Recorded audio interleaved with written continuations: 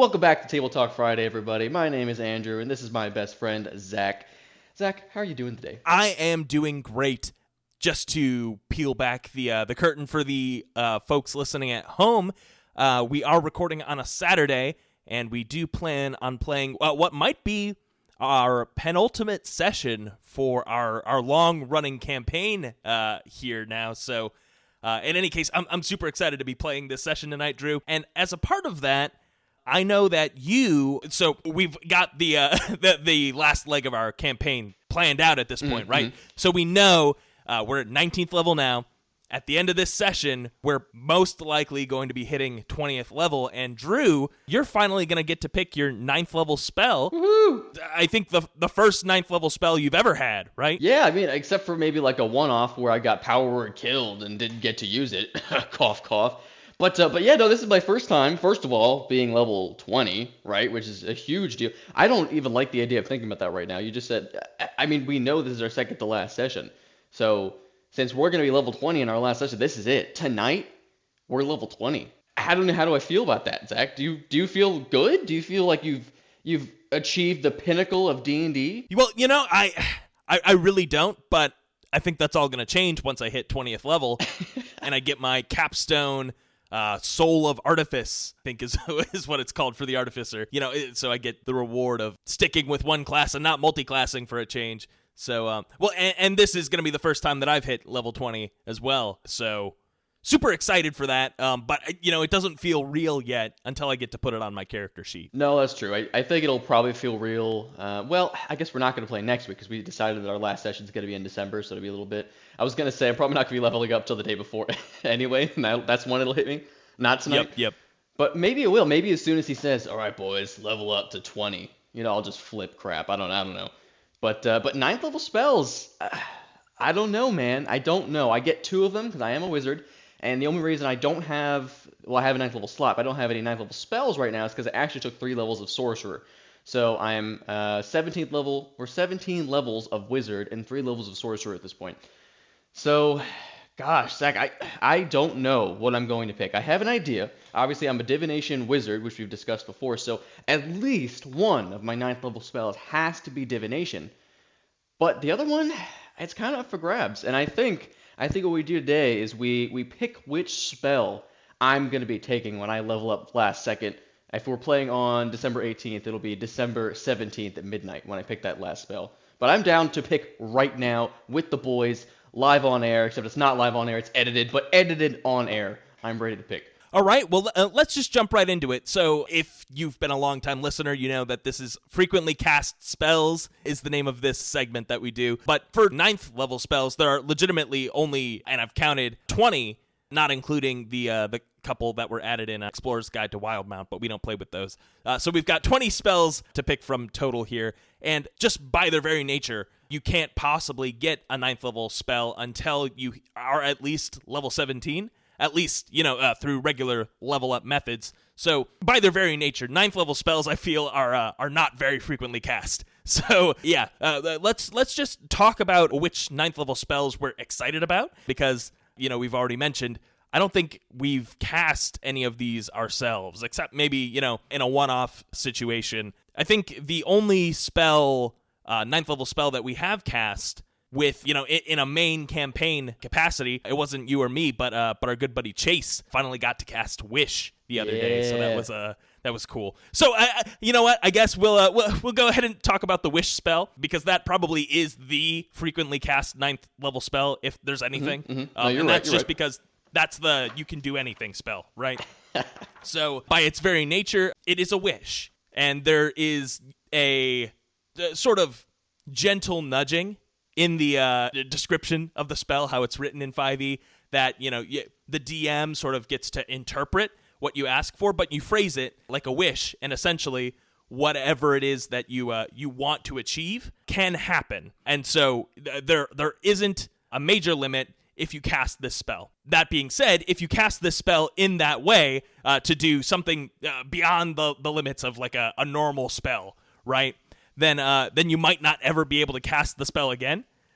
And there are some other nasty effects that take place. So the stress of casting this spell to produce any effect other than duplicating another spell weakens you.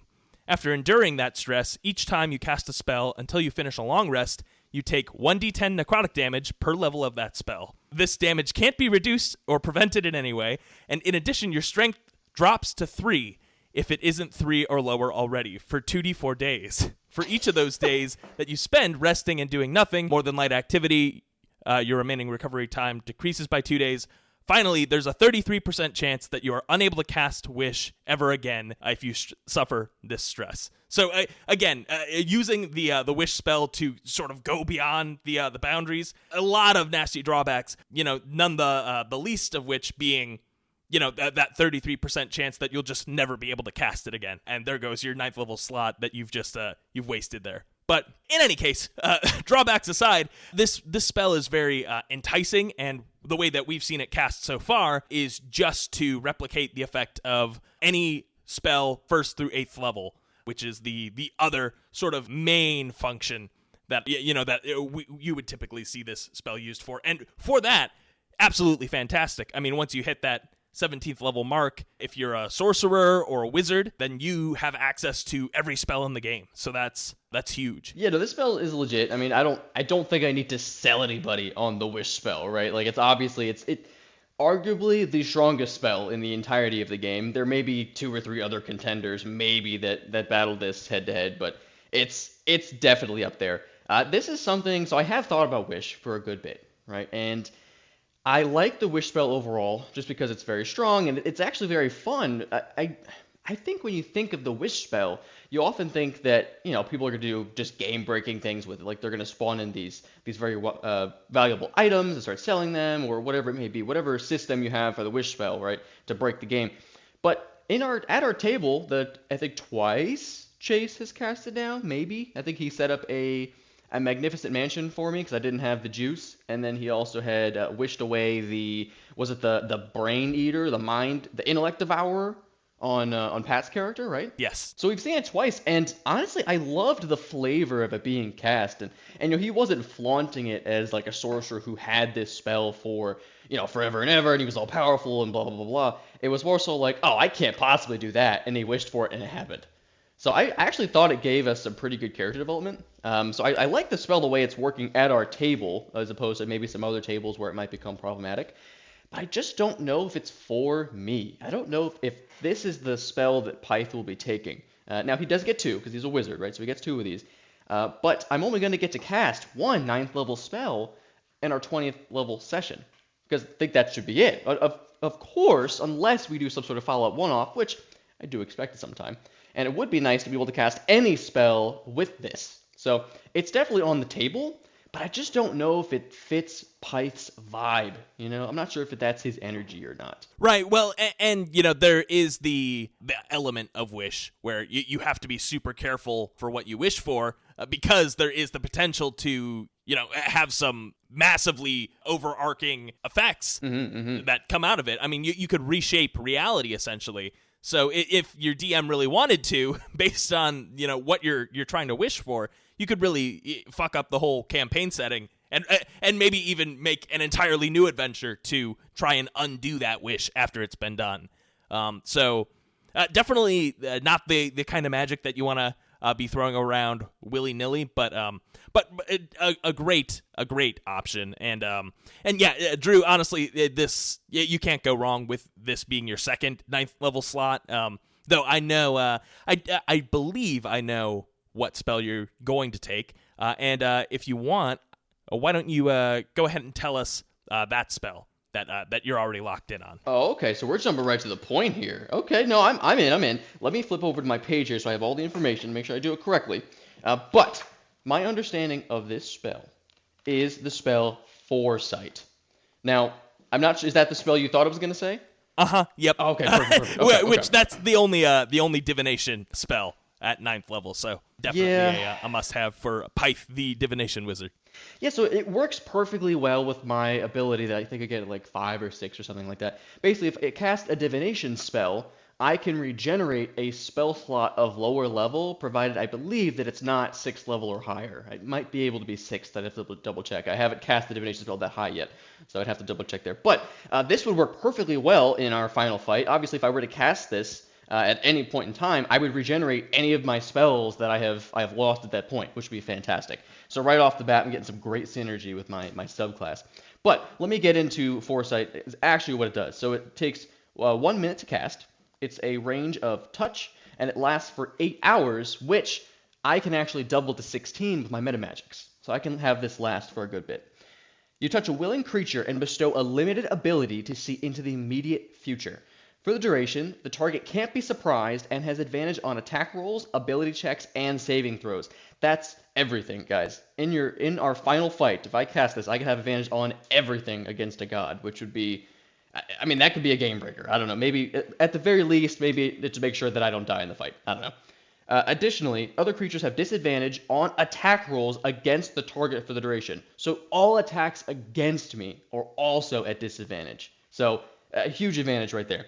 The spell immediately ends if you cast it again or before its duration ends. So for 16 hours, I become a god, is what it is. And I regenerate a spell slot from this. So it sounds like it's perfect for my subclass. I love the idea because as a divination wizard, I'm all about seeing into the future and scrying and having these visions.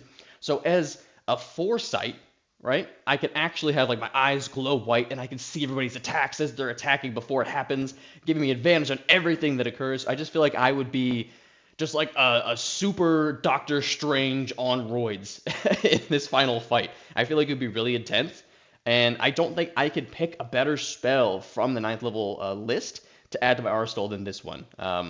So, I mean, Zach, do you agree? Do you feel like this kind of works with me? Well, yeah, I 100% agree. This is the spell that gives off the Pyth vibe. I love that he's finally unlocked his full potential. So he's got his, I mean, basically this is an anime super form where now you see through the matrix, right? And you're one step ahead, right? Because you see all the permutations and you're dodging and hitting all of your attacks. So super cool flavor there and very powerful. Now, you did mention you are a sorcerer multiclass. Did you take Twin Spell? I did not take Twin. I wanted to leave some of the sorcery, like the main sorcery stuff over to Hakili, our actual full-fledged sorcerer. I didn't want to step on his toes too much. So I did take Quicken, but I didn't want to take Twin because I wanted to leave that to the big boy sorcerer himself. Yeah, that's entirely fair. I was just thinking, and I don't know if you even have the sorcery points to pull this off, but if you could Twin Spell a Foresight, that would be nuts to give that to 2 party members for the full 8 hours. And you could even extend the spell, right? So you cast it before you take a long rest. Yeah. Then you do your long rest, and you still have 8 hours after you finish the long rest and another 9th level slot. Oh my gosh. That's absolutely nuts. So the only thing with that method is you can't recast Foresight on someone else. It does specify that the spell ends if you cast it again before the duration ends. But in that case, if you decide to do that, you might have another 9th level spell to be thrown around. So something to consider for sure. It's not about, I hadn't even thought about the idea that I could do this the day before, similar to what we do with our aid venture, right? Where we give everybody a 9th level aid the day before, giving them some boost. But I could, theoretically, like I said, I'm only going to be able to cast 1 9th level spell. Theoretically, I could actually use my other one as well if I do this the day before. Provided we don't get into combat before 2 p.m., because that's when I get burnt out. 2 p.m., the 2 p.m. grind of the office, you know how it is. It's like, ugh. But, but yeah, no, it's definitely something we could twin spell. I don't think, how many points would it take to twin spell? Is it once per level? Is that how that works? Well, yeah, so to twin spell, yeah, it's 1 sorcery point per spell level. So it'd be 9 sorcery points to twin spell that. But if you twin spelled it before taking that rest, then you get and you can, I believe you can also extend the duration on that, right? I'm not lying there. Yeah, I should be able to. It's at 8 hours, and so we found out last time that I cannot extend past 24 hours. So I could extend this to 16 hours, absolutely. Yeah, so in that case, if I'm not entirely sure. I feel like there are some limitations on how many metamagic you can use on a single spell. But if you could twin spell and extended spell before taking a long rest, that'd be nuts. To just have a free double foresight just chilling out And your ninth level slot. Well, you know what? What we actually theoretically could twin. So we're breaking the game here, Zach. I don't know how much time. I'm assuming we're gonna have time to prep for this final fight because it feels like a big, Doom end boss. Like they stock you up with all the items. It's like walk through this door when you're ready, kind of a thing. But if that's the case, if we do have some time, I could Pike's Pretty Palace or Mordekainen's Magnificent Mansion, as other people know it as. We could go in there, spend some extra time working on some things, and what I could do is spend all my remaining, or a good chunk of my remaining resources of paperwork, of all the, what do you call it, the spell copying bits, Right. and turn this into a spell scroll, and I could have Hikili cast it as well. That's a good point. Yeah, if you both have foresight up, I mean, the more the merrier, right? Theoretically, we could have 3 people foresighted, I suppose, if we really wanted to burn it out, because he could twin spell it, and then I could cast it the day of. It would be 3 of us foresight. I feel like that might be a bit much. But we could technically have 3 people under the effects of a 9th level spell, Zach. Well, honestly, advantage on everything sounds great, but I still don't think it's going to be the clinching factor when you're going up against Asmodeus, right? No.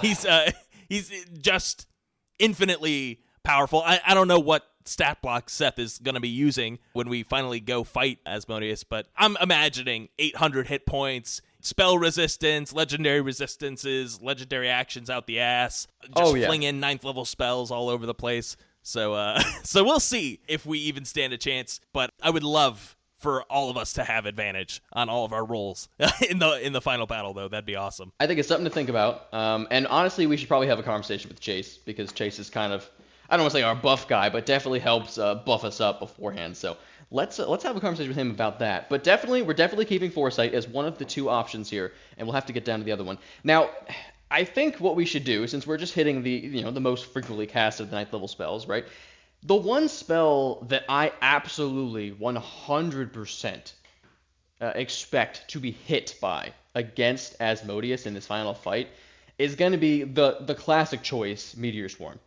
I don't know if you've thought about this, Zach, but I'm just assuming we're going to have that many less hit points when we start, because he's definitely starting off with Meteor Swarm. There's no way in hell, no pun intended, this guy does not cast this spell. Yeah, and that's always going to be scary. At 20th level, I think we've got our best shot to not be TPK'd right off the bat by this thing, but it's still disgusting. So this is a spell that essentially you drop down 4 meteors from the sky. They plummet to the earth and explode in 4 different 40-foot radius spheres. So it's essentially 4 giant fireballs that deal 20d6 fire damage and 20d6 bludgeoning damage each. The only saving grace there is it is a dexterity saving throw. So if you've got someone who has evasion, there's the potential to take no damage from this. And you can't be caught in more than 1 meteor at a time. So there's not the risk of taking how many would that even be? 160 D6? On average, it is 120 points of damage total. That's ridiculous. That's absolutely ridiculous, Zach. Yeah, so, and thank God that you can't get hit by multiple meteors, right? Because that'd be nuts. So at least we have that. And, Drew, this is an awesome spell for you to take as well, especially because you have Transmute spell, right? So you could potentially swap this to a damage type that might actually affect Asmodeus. I know I have to imagine that he's immune to fire. And he's probably immune to a lot of things too. So I'm not sure even what damage type he would be affected by. Maybe thunder. I'm not sure. So I feel like thunder would be very cool. I also think thunder damage is probably one of the most unique and fun to flavor types of damage. You've seen me do it before with my Tempest Cleric Lich. But with Meteor Swarm, I don't know why, when I think transmuting, I definitely think of, and maybe this is a little messed up, but I think of transmuting it to acid and doing like just this acid rain come down and just burn everybody. It just sounds really cool, No, that'd be sick. Like they're just these giant globs of acid that drop down, surrounding, these huge rocks. Maybe they're made of some metal that's resistant to it. But that'd That'd be awesome. The question is, will Asmodeus be affected by acid? I would think so, but I'm not sure. I mean, he's definitely obviously going to be immune to fire. I 100% assume to be immune to fire. Necrotic's probably not going to work on him. Maybe Radiant would work. I don't know, because isn't he kind of like like a celestial kind of thing going on? I don't know. Like Yeah, a fallen he angel was vibe? an angel at one point, right? But Yeah. if there's any damage type that he's not immune to, it has to be Radiant, though. If you can't Divine Smite Asmodeus, like, then what's the point? Oh no, you're right. I feel like that would defeat the whole purpose of running a paladin or like a cleric. Ugh. And you know what? At least if he does cast Meteor Swarm on us, at least it's a deck save. I believe Varus has evasion, no? Because I know he's multi-classing does. a bit. Okay, good.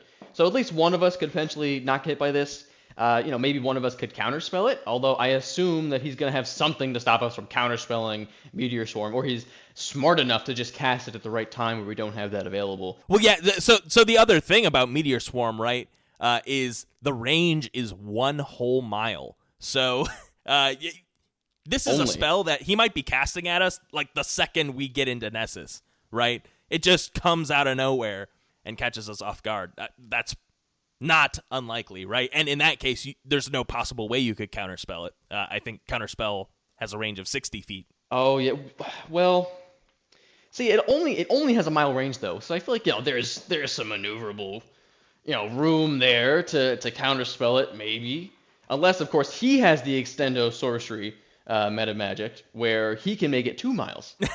Yeah, distance spell. There you go. Ah, oh man, shoot. you got me. I could have countered it if it was only 1 mile away. That sounds terrible. But yeah, no, Meteor Swarm is definitely a good one. I think, again, this is maybe one of the 2 or 3 other spells that really fight Wish for its power. Just the sheer amount of damage you could do, not only to one person, but to a good variety of people. So I think definitely, again, top 3 spells right here as far as frequently cast. And also, the ones we've talked about so far are the only ones we've seen cast, except Foresight. We haven't seen Foresight yet.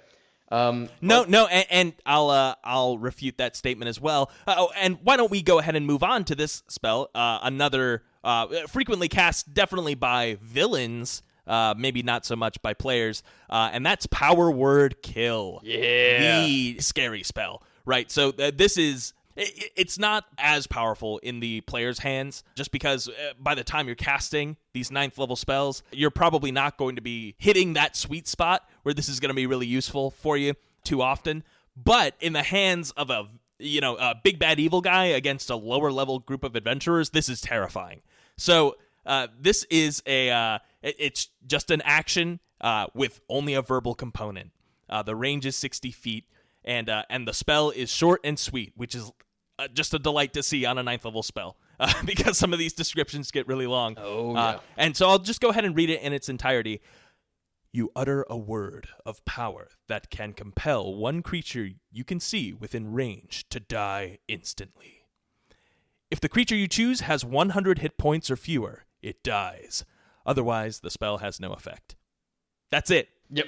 If you have 100 hit points or fewer, you're dead. And so that could work on a Lich who, in their base stat block, I believe, have just under 100 hit points. Oh, really? That seems kind of low for such a high CR creature, no? Yeah, but it's a squishy wizard though. Yeah, no, I guess you're right. Maybe we can hope that Asmodeus is surely a squishy wizard as well. I'm sure he is. Yeah, so you should probably take Power Word Kill now that I think about it. Oh, and just use it on him right in the beginning. Yeah, yeah, that'll solve it. I feel like he might be immune to it, Zach. I feel like maybe that's what it worked on him. He might be immune to spells, period. There's some nasty shit that shows up on, CR 30 stat blocks. So I really don't know what we're in for. But in any case, obviously the scary thing about this is there's no save. So if you are under 100 hit points, it's just, the DM hates you, right? You die instantly. Dead. So obviously, easy way to abuse this as a DM. I wouldn't recommend using this against your players unless there's some very specific story reason that you can justify to make this satisfying. But you want to use this sparingly. I'd say it's probably best used against beloved NPCs. Um, and that's how you get your players to really hate your villain, right? They just kill him on the spot. Yeah, no, but absolutely. Yeah, in any case, Power Word Kill, probably the most elegant 9th level spell, I'll say. It's easy to understand and very, very effective. So love that one as well. Yeah, and I'd like to see, honestly, some more of the 9th level spells just be, and, I get it, they're 9th level spells, so they should have a lot going on, but I really do appreciate just the simplicity, just the clean slate that Power Word Kill has. It's just, it does this, that's it. There's no questions of, like, would it work here? Does it, how does this exactly operate? It's just very straightforward. There's no save or anything, which I could appreciate from a 9th level spell. I think a lot of these spells, I'll throw just as like a mention, I suppose, because these are frequently cast spells, so we don't need to go through every single one of these 9th level spells here. Not that there's a lot of them, but just as a point to make, on page 288, the player handbook, we have the spell Weird, right? Which this one is again. Yeah, that's a weird one. Yeah, it is a weird one, isn't it? The it's not complicated. I think it's just kind of a saving throw that you make, and then you're frightened and you take some damage at the end of your turn. I really hate the fact that this has a saving throw at all. I think 9th level spells, if they have a saving throw, should have some sort of buff or something. I just hate the idea that you cast a 9th level spell, the pinnacle of magic that you can obtain, and then they just make the save. And that's it. It's over. Yeah, this one's really bizarre to me. Weird. So I think in the player's handbook, they wanted to have at least, I think there's one of each spell school. For 9th level spells, so they wanted to make sure that everyone's covered, right? Depending on what wizard you take. But weird is it's just disappointing. This is a 3rd level spell disguised as a 9th level spell. So yeah. I mean, you can cause fear to I believe it's any number of creatures within a 30-foot radius sphere.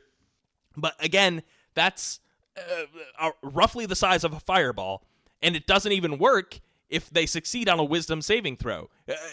This is not the kind of thing that you want to see in a 9th level spell. If you're going to be wasting that slot, you need a guarantee that it's going to be successful there.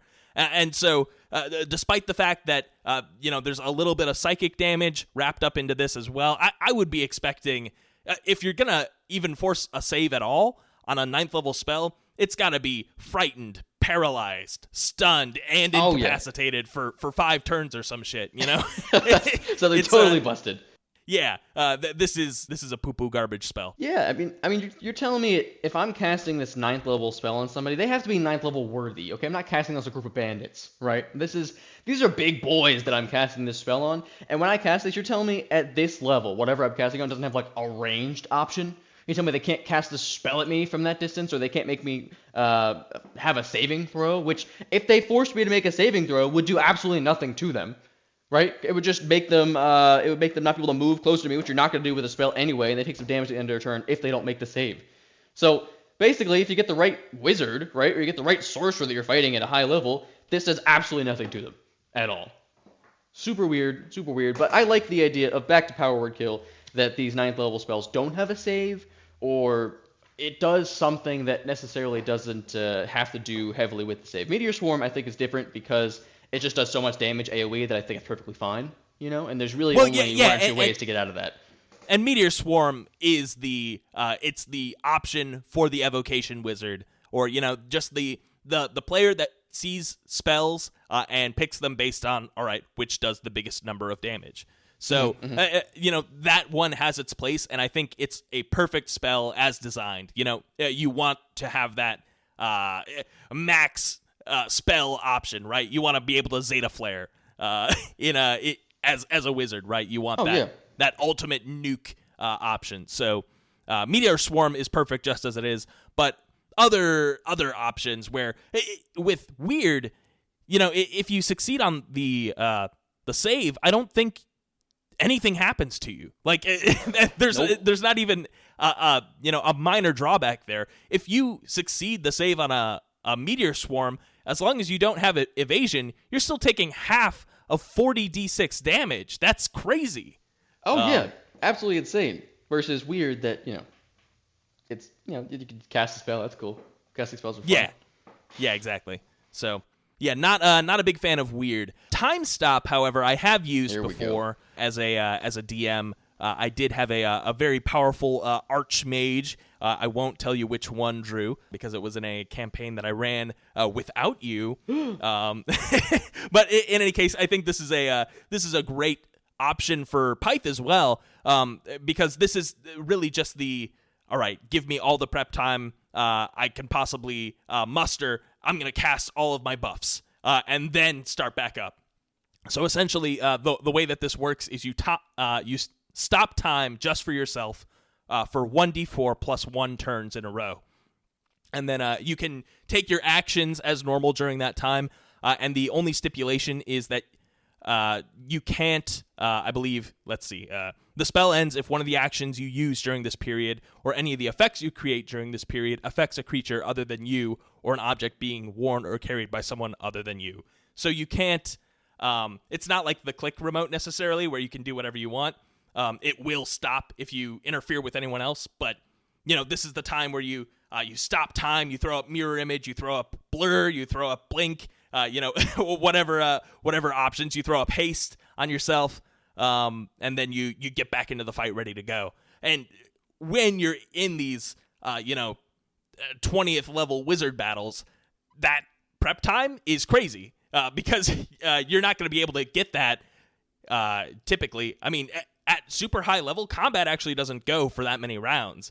Because everyone can do just nuclear amounts of damage in a single turn. So it's really who gets to go first. And so if you can buy yourself that time to get the extra edge in this, very short combat situation, then absolutely time stop is the way to go. I mean, honestly, this is the spell that you say you're preparing the spell as soon as initiative's rolled. I'd like to use my reaction to cast that, right? Oh, for sure. And I think it's a solid spell overall. I definitely don't want to crap on this spell whatsoever. It's very fun, it's flavorful, it's interesting, and it can be strong in the right circumstances. The problem is, and I really, really want to take this as Pyth because my multi-class is Clockwork Sorcerer, so I'm very time and space kind of a wizard, right? But I just don't know if I could put this spell to good use in the final fight. I just don't know. I don't have a whole lot of spells for self-buffing, if you will. I kind of buff others is what I do. With aid or I guess I can mirror image myself, but I could just cast that before going into the fight. I don't know if time stop, or I don't know if my time stop is warranted just to cast mirror image on myself, especially when I have the contingency spell on, and something can happen whenever I want. For the most part.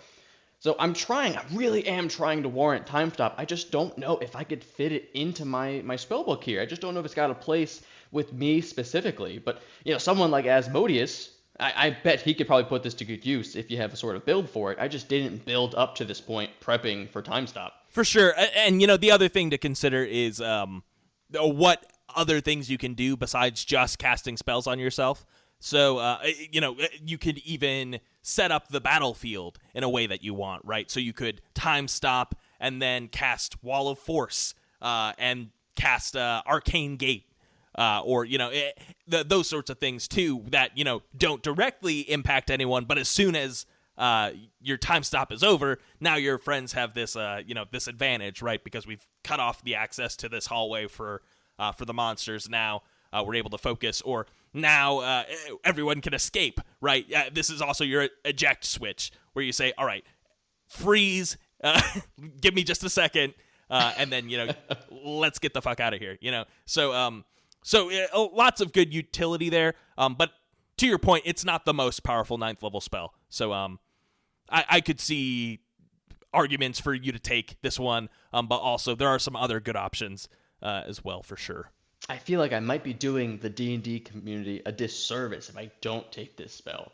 So I need to sit down and really maybe I need a pros and cons list on this one, Zach. Just go through my spell list one by one. It would take us 3 hours. Can I use time stop with this? No. Just put a check on it. I don't know. Yeah, I mean that's kind of the thing, right? You've got to have a few game plans built up already, so when you cast time stop, you know what you're using it for. And I think that goes to show that I feel like this is the ultimate archmage ninth level spell, realistically. And that's because you don't just throw this spell out there. It's not something like Meteor Swarm where you just cast it, right? Or Power Word Kill where you just need to kill somebody, right? Time Stop is very much so you have calculated this. You have planned this fight. You have been anticipating the adventurer's been a rival for like the last 3 months. You have a whole combat guide ready to go when you cast this spell. You know what you're doing. It's highly intellectual, and definitely strikes me as like a tactical type of a spell. So I do like it for those purposes. Well, I guess we'll have to see if we end up taking it overall, but I'm not sure yet. Definitely up there. Yeah, I mean, if that's not your style, there's always Invulnerability. Yeah, no, that is true. And Invulnerability is not in the handbook. That is is it Xanathar's? Yep, yeah, that one's from Xanathar's guide. And again, super simple. This is a wizard-only spell, and the way that it works is, so there is a material component. So you have to have a small piece of adamantine worth at least 500 gold, which the spell consumes. But if you can get past that, you can only target yourself, but when you cast this, you are immune to all damage until the spell ends. And that is concentration for up to 10 minutes. So, yeah, that's an awesome option. The only thing that could get in your way there is someone with Dispel Magic, obviously. So you want to have counter spells locked and loaded to stop that from happening. But if you can get this off, that's oppressive in a combat situation. I mean, if anything, it's nice to have that insurance. At least if everyone else goes down, Pyth is going to be able to plane shift us out of there because he's not taking any damage. Oh, yeah, I guess I got to keep my plane shift ready to go in this final fight at all times. Oh, that's the question. How many spells do I burn when we get there? Oh, gosh. I don't know. But, no, initially, Invulnerable was actually my game plan because we had Nuth around, and my entire spell kit was based around just buffing Nuth because he was so powerful as a Rune Knight fighter.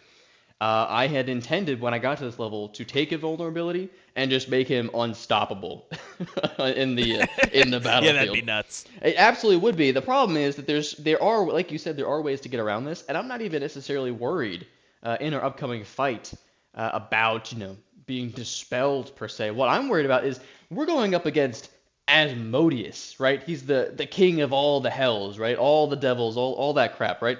So he's got everything under his tool belt. I feel like the least bad thing he could do to us is kill us, right? Like, I think I would rather him just try to kill me with damage than, I don't know, like, if I'm invulnerable, is he just going to toss me into another plane of existence and forget about me? Like, is he going to just toss me into the depths of Tartarus and leave me there, that I'm just stuck there forever? Like, I feel like there's other things he could do that would be way worse than death, and I don't want to tempt him to be like, you can't hurt me, and he's just going to do one of those other things. He's already tossed us into portals once or twice before. So I don't want that to happen again. Yeah, that's a very valid point. There are fates worse than taking damage, especially when you get up into higher level spells. So, not a bad point. And also, I'll reiterate that the range on this is self, so you can only cast it on yourself. And as a wizard, you're not necessarily going to be the frontline fighter, getting up and close toward the action where you'd be taking damage anyway. So definitely a cool spell to exist for sure, but maybe not as busted, at least for Pyth. Yeah, not for Pyth. I do believe, and I could be completely wrong, I do believe there is a meta magic that I don't have that allows you to extend from yourself to like 5 feet or touch or something. I could be completely wrong, but I need to dig into it because if that is the case, it's pretty busted to put it on anybody at all. Maybe I put it on Asmodeus and make like a pact with him, and then there you go. You guys just fight it out, and then you die, and then I win though because I made a pact with Asmodeus. Yeah, I think you're. I've just pulled up the meta magic description now. It looks like a distant spell is what you're thinking of, but that's if a spell has a range of 5 feet or greater, you can spend a sorcery point to double the range. And if you have a spell with a range of touch, you can make the range 30 feet. But if the range is self, it doesn't. Gotcha. Okay, I see what extend. you're saying. Could make it into a scroll though, and have him cast it. Yeah, there you go. There's ways. Now that's an idea. Woohoo! Now we're thinking. We got the end game plans going on here. I am looking, and like we mentioned before, there's not a lot of frequently cast 9th level spells. I would argue that none of them are technically frequently cast. because they're 9th level spells. But just looking through Xanathars here, I don't see anything else that I've really seen cast before. We do have Mass Polymorph, which I think definitely gets an honorable mention just as far as strength goes. Just being able to not polymorph one thing, which is a 4th level spell, but mass polymorph, which I don't know the exact number off the top of my head, but it's multiple creatures that you could polymorph here into various different things. So yeah, so you know what I will say about mass polymorph is I wish it were stronger. Really? Yeah, so I was reading through this before we started. So you can transform up to 10 creatures of your choice that you can see within 120 feet. But the caveat there is it works more or less like just the 4th level polymorph spell. And so the targets that you cast this on have to take a beast form, and they can only when they transform, they have to take a form whose challenge rating is equal to or less than the target's challenge rating, or if they're a player character, it's half their level. So at max, you could have someone turn into a CR10 beast, which I don't think exists. So yeah, essentially, you've got 10 T-Rexes running around, which isn't terrible by any means. And I don't want to insinuate that it is, but again, these are 9th level slots that we're using here, right? And for the same cost, I could just cast True Polymorph, and instead of 10 T-Rexes, I've got an ancient gold dragon, or something similar. So, no, you're right. I think the angle that this spell takes in strength would definitely be the hit points, right? Because if we're talking about 10 T-Rexes on the battlefield, I'm sure they have over 100 hit points. I don't know exactly how many they have, but that's an extra 1,000 hit points on your side of the battlefield.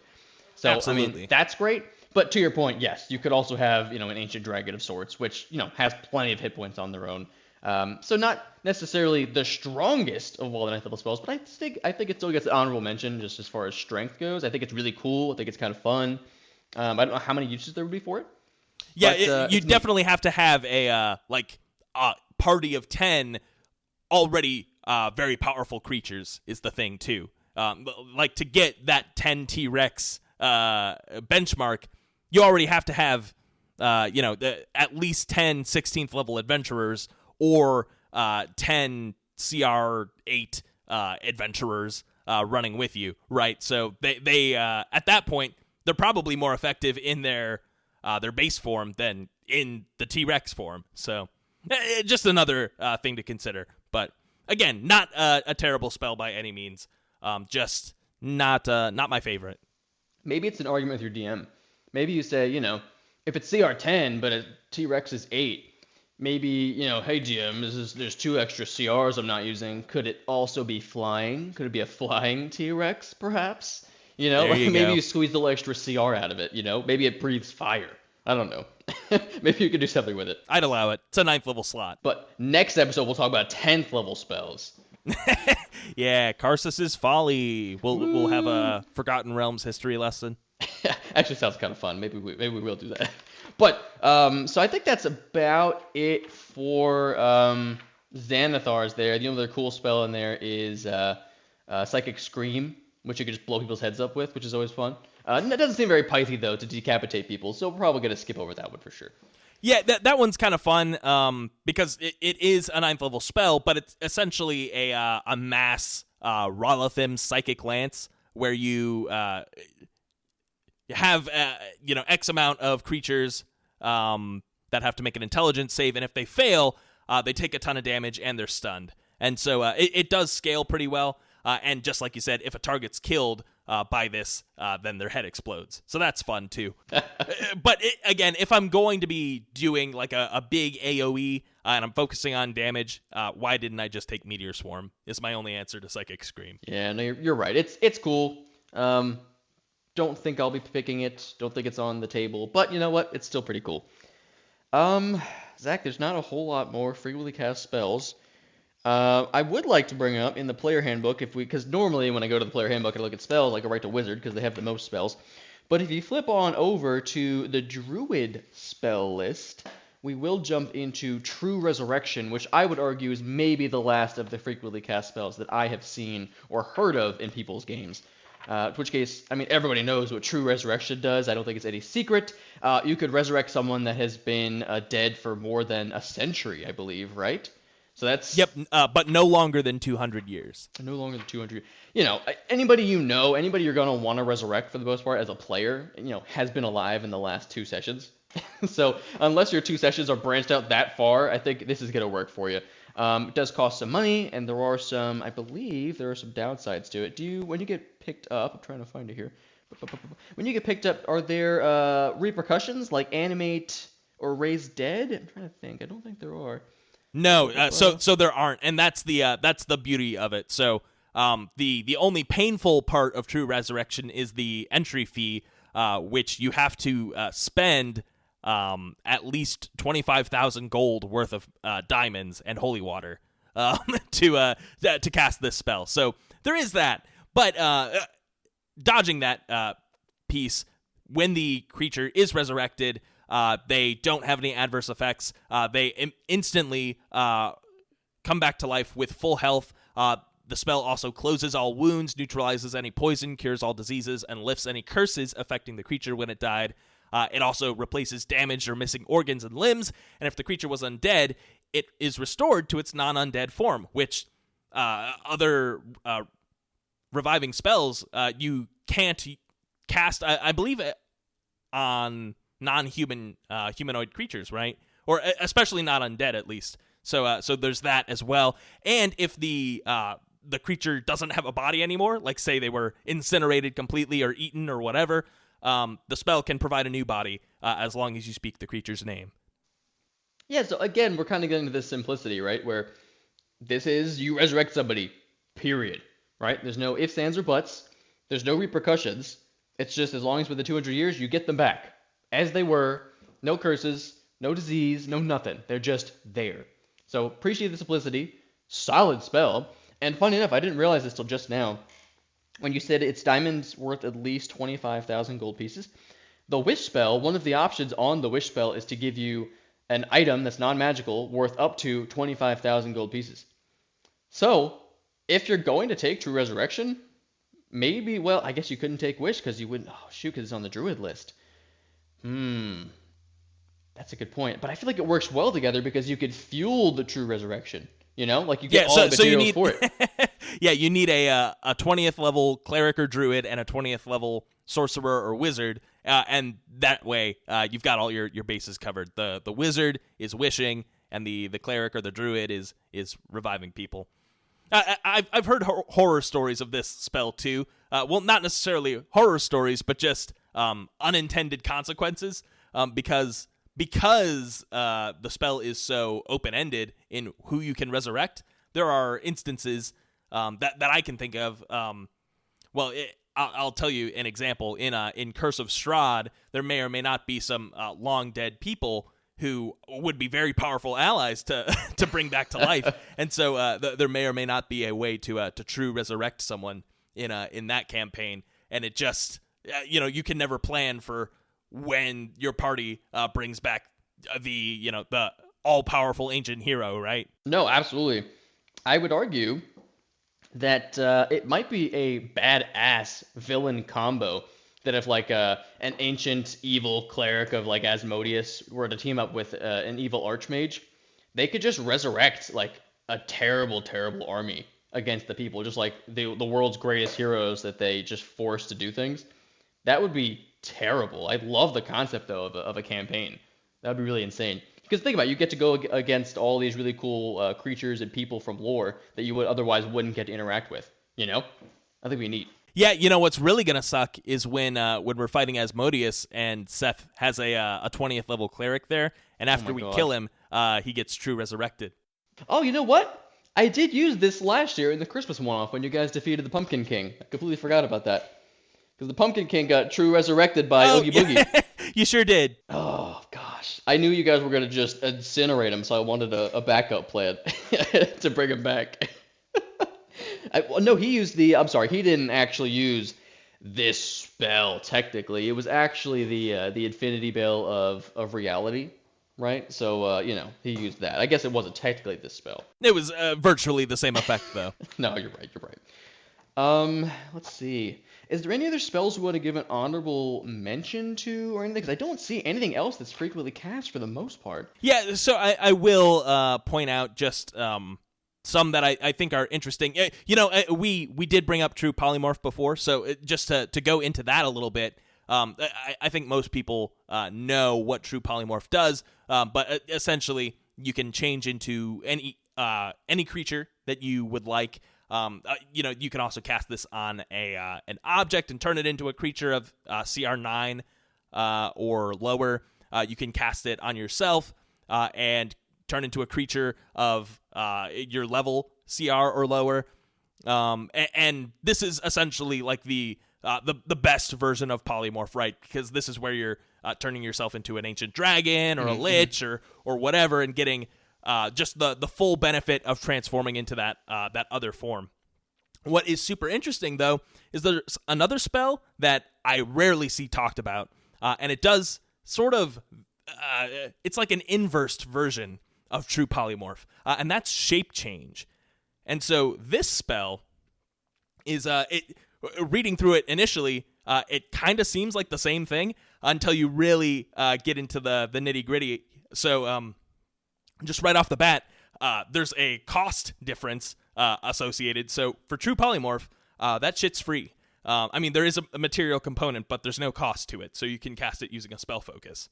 For Shape Change, you need a Jade Circlet worth at least 1,500 gold, which you must place on your head before you cast the spell. So there's that. Also, True Polymorph is accessible to bards, warlocks, and wizards.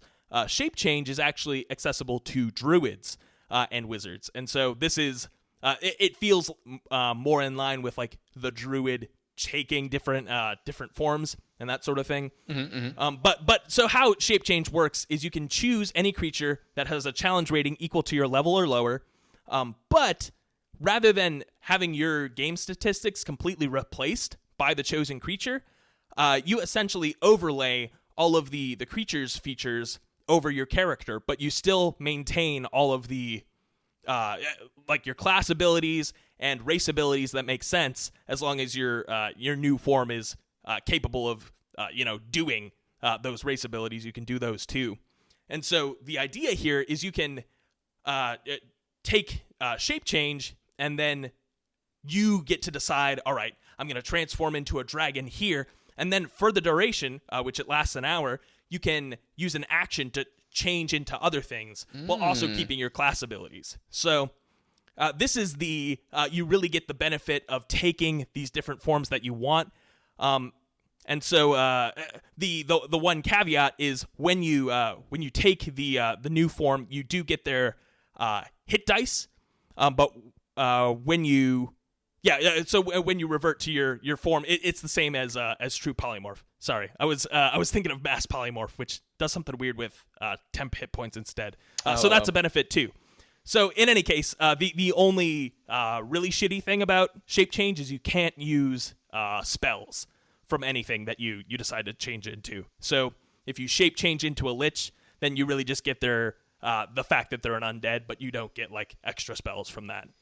Okay. So that's the only thing. But any creature features, like I want to change into a solar and get their super powerful longbow, or start healing people, you can do that, and then switch back into a pit fiend and start using your frightening aura and shit like that. So anyway, interesting spell. I would love to actually play around with it because I never hear anyone using this one. So I guess we're just going to have to take a druid to level 20 next time, and I'll let you know what I think about it then. Oh, yeah, I'm sure we'll be level 20 again in the next few years, right? Probably, yeah, eventually. Maybe. Probably not. I hope. I guess we'll have to see.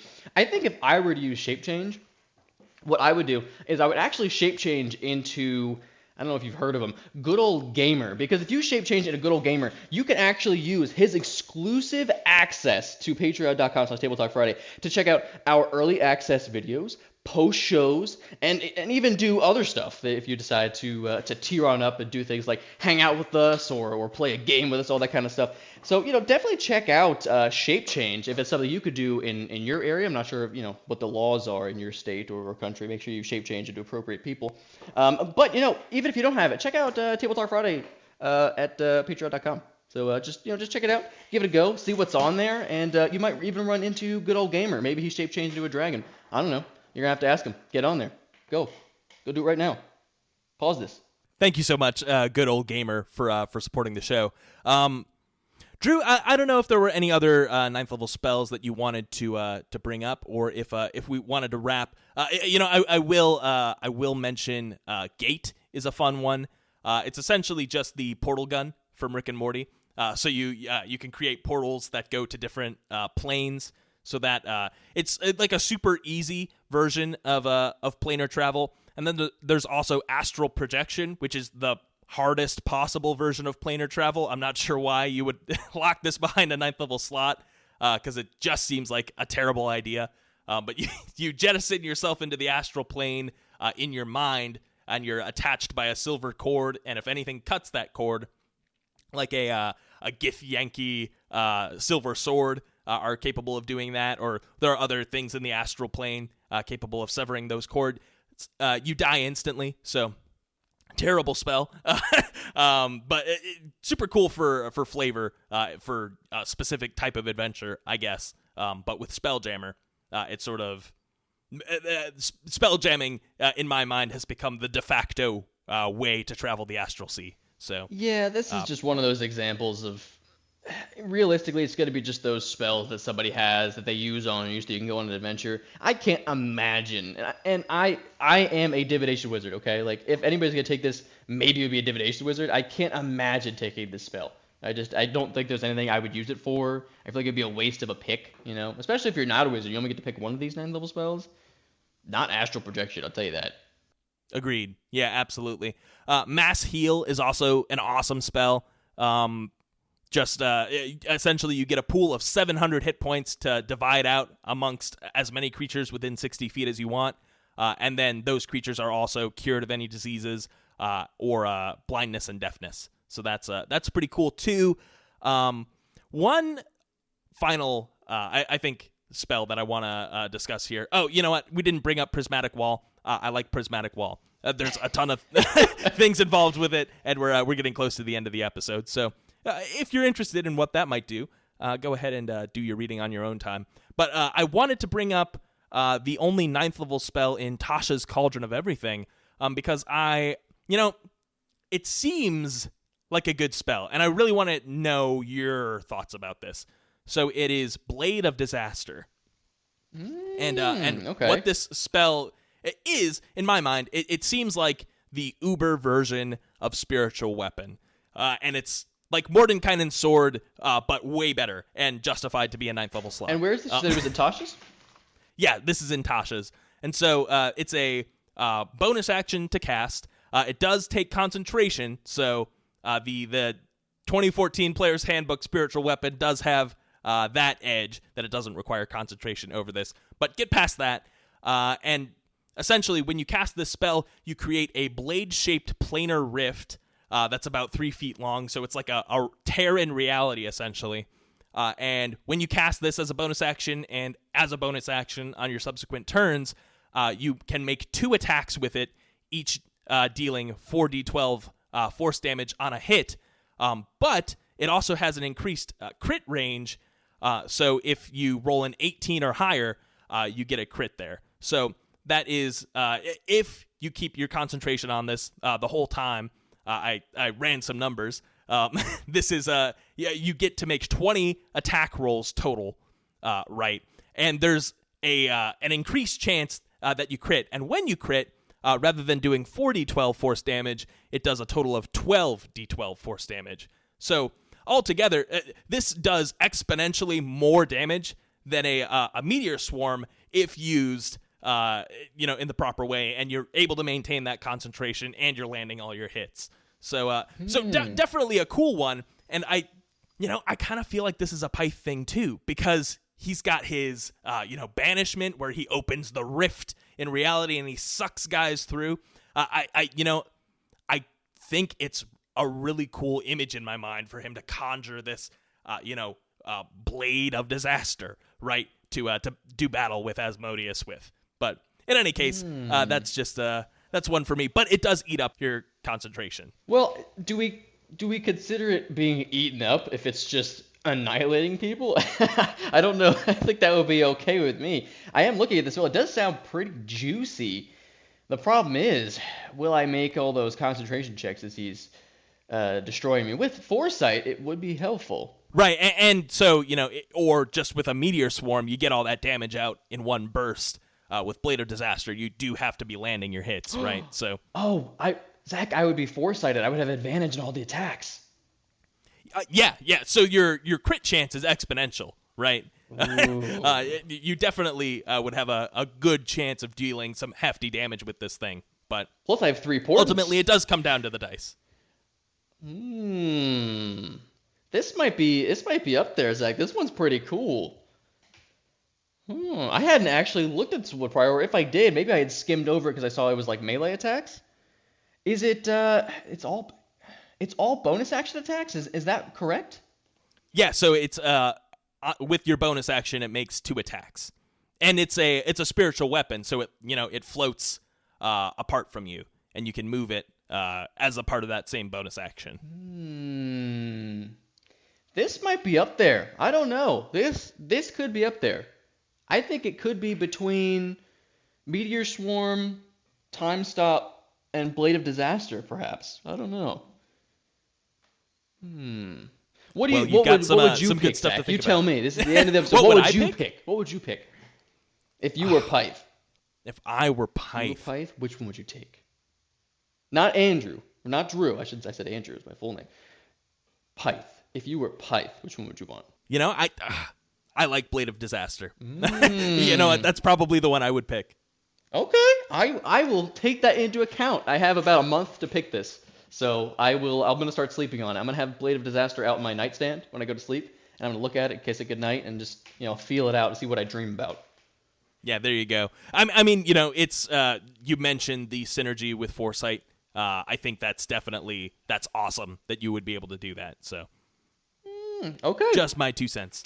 Just some thoughts. I will keep that in mind. But I think that may be the end of the show. Zach, do you have any other honorable mentions or anything you want to say? No. I think we covered pretty much every spell at 9th level. So yeah, not a whole lot of them, but definitely a wacky bunch that they give you. Oh yeah, we didn't talk about Power Word Heal. Whatever. Anyway, thank you so much for listening to Table Talk Friday. I've been Zach. That's been Drew. Drew, why don't you tell the lovely folks all of the end credit things and then tell us who's going to be taking us out today. Yeah, of course. Thanks everybody for listening. Feel free to check us out on Table Talk Friday, patreon.com/Table Talk Friday, where you find all of our exclusive content that I mentioned previously when I was mentioning Good Old Gamer. Shout out to Good Old Gamer and all of our patrons. We appreciate all of you. Feel free to check us out also on Instagram, Facebook, and Twitter, or X, whatever you'd like to call it. There's some good stuff on there. On, of course, Instagram and Facebook, we have mentioned before. You'll find all of our podcasty stuff. And then on Twitter, a little bit of shenanigans, some jokes, and some random comments about people's fish that I've thrown up there recently. So you never know what's going to be up there. I guess that is about it. Thank you so much for stopping in. Can I have the Blade of Disaster take me out? Oh, no! I'm going to narrate the blade as it you see it swooping across the sky, and yep, it just landed in the china shop, and oh no! Oh, it's breaking shit everywhere. Oh no! It's down to the children's hospital. Oh no! Yeah, that's gonna be a problem.